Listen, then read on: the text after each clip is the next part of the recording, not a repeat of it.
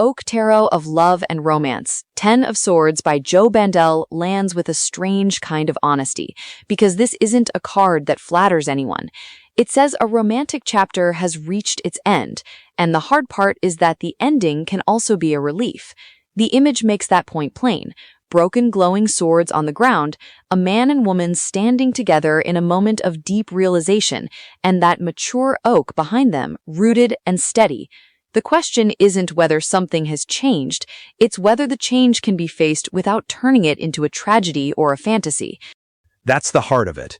In traditional tarot, the Ten of Swords is often read as a painful ending, the bottom of a mental cycle, the point where denial can't keep carrying the weight anymore.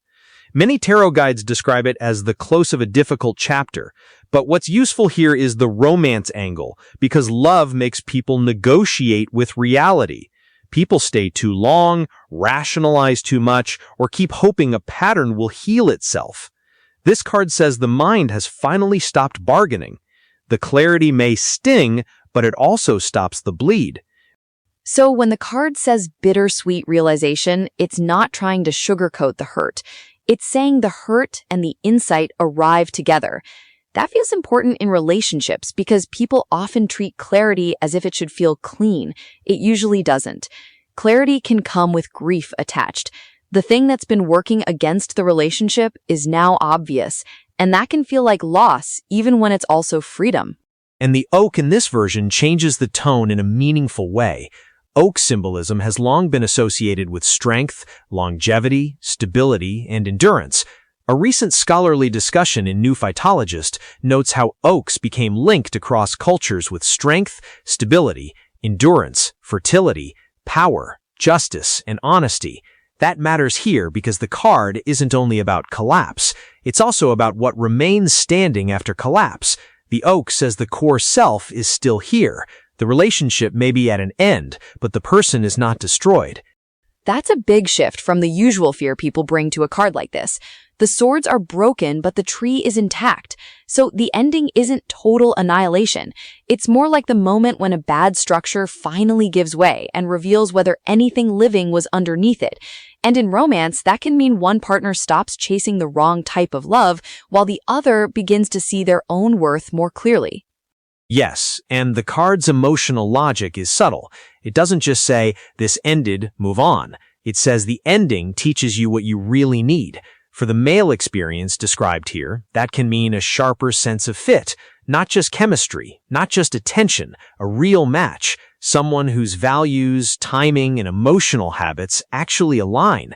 That's a lot more demanding than a crush, because it forces a person to stop confusing intensity with compatibility.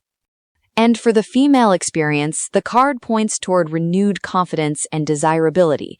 That's a powerful correction because after a painful romantic cycle, people often turn the ending into a verdict on their own value. This card refuses that. It says the end of one connection does not mean the end of your attractiveness, your future, or your ability to be loved well. It can actually be the moment when a person remembers, maybe for the first time in a while, that they are not hard to love. They were in the wrong setup. That distinction matters because the Ten of Swords is often misread as pure disaster. In a romance context, the deeper message is that an unhealthy pattern has become visible enough to name.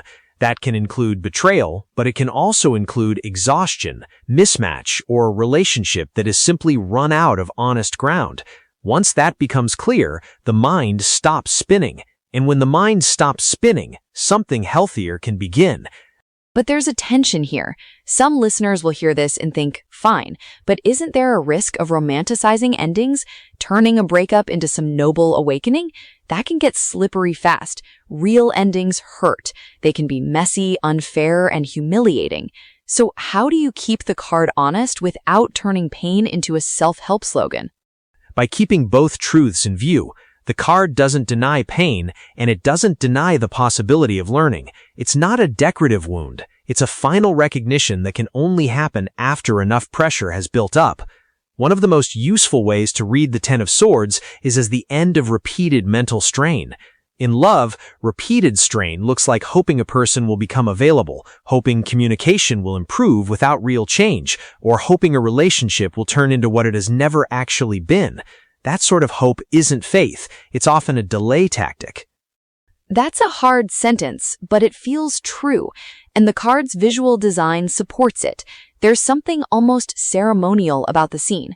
The glowing swords suggest the old thinking has been active, bright, maybe even persuasive, but now they're broken, not polished, not ready to be picked up again, broken. That implies a threshold has been crossed. The old framework can't be repaired with wishful thinking. Exactly. And because the swords are in the realm of mind, this is less about raw emotion than about interpretation. What did the person decide the relationship meant? What stories were built around it? What excuses were repeated? The card often arrives when those stories can no longer survive contact with what's actually happening. In that sense, the Ten of Swords is not merely about loss. It's about the collapse of a false explanation. That's a useful way to say it. A false explanation collapsing can feel brutal, but it's also the start of sanity. In romance, that's often the first healthy act, naming the thing accurately. Not, it's complicated when it's actually one-sided. Not, they're just busy when the pattern is avoidance. Not, maybe I'm asking too much when the real issue is that the basic needs of the connection aren't being met. And once the naming happens, the future changes. The male experience in this card can involve a more mature filter. Instead of asking, who wants me, the question becomes, who matches me? That sounds small, but it's a major shift. It moves the focus from external validation to relational fit. In practice, that means noticing whether someone is consistent, honest, emotionally available, and capable of building something reciprocal. The card's clarity cuts through vanity and fantasy at the same time. The female experience is just as profound, because confidence after disappointment is not shallow confidence. It's often earned confidence. It comes from realizing that one person's inability to love well is not a measure of your desirability. That can restore a sense of self that got flattened by waiting, longing, or being treated as optional. The card says worth didn't disappear. It got obscured. And that's why the mature oak matters so much. In symbolic traditions, oak is linked to endurance and reliability. It's the kind of tree that doesn't rush its growth. That's a good metaphor for recovery after a difficult relationship, because the goal isn't to instantly become unshakable. The goal is to become rooted again, to stand inside the truth without collapsing into self-doubt. There's also a generational feel to this card. It's not only about one breakup, it's about what gets passed forward after someone understands love more clearly. A person who has gone through the Ten of Swords might stop choosing partners based on drama or rescue fantasies. They may become less tolerant of ambiguity disguised as chemistry. That changes the next relationship before it even begins. That's one of the card's strongest cultural themes. It treats painful wisdom as a form of inheritance. Not wealth, not status, but discernment. And discernment is huge in love because people often repeat the same emotional pattern until something breaks it. The Ten of Swords is the break. It's the moment when repetition becomes too costly to continue. Let's talk about the ambiguity, though, because not every ending is clean, and not every clarity is complete. Sometimes people think they've learned the lesson, but they've really just learned how to describe the pain in fancier language. How do you tell the difference between real insight and a story you tell yourself so the ending feels meaningful? Real insight changes behavior. That's the test. If someone says, I've learned what I need, but then they go right back to chasing the same unavailable type, the lesson hasn't landed. The Ten of Swords becomes meaningful when it alters choices. Slower pacing, clearer boundaries, better screening, more honesty about needs. It's not about becoming cynical, it's about becoming harder to fool by other people and by your own wishful thinking. That's a good line, because cynicism would be the wrong ending for this card. The oak makes that plain. The tree doesn't represent bitterness, it represents endurance with integrity. So the healthiest reading is not trust nobody, it's trust better. The card asks for discrimination, not shutdown.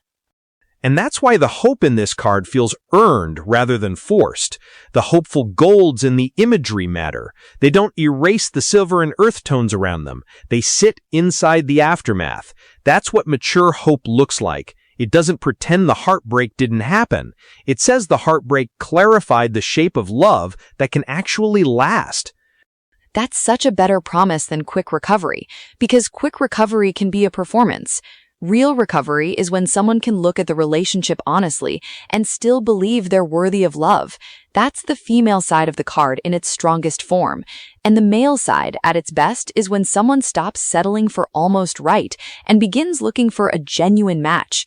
Both are forms of self-respect. And both are forms of maturity. The card doesn't reward denial, it rewards awareness. It says the end of one mental cycle can be the beginning of a healthier romantic path, but only if the person stops insisting that old pain has to define the future. The swords are down, the oak is standing. That's the image of someone who has been hurt, has seen the truth, and is still capable of growing. So the deeper takeaway here is that love sometimes becomes healthier only after a hard truth is admitted. Not because suffering is noble, but because denial is expensive. The Ten of Swords by Joe Bandel captures that with a lot of restraint. No melodrama, no false comfort.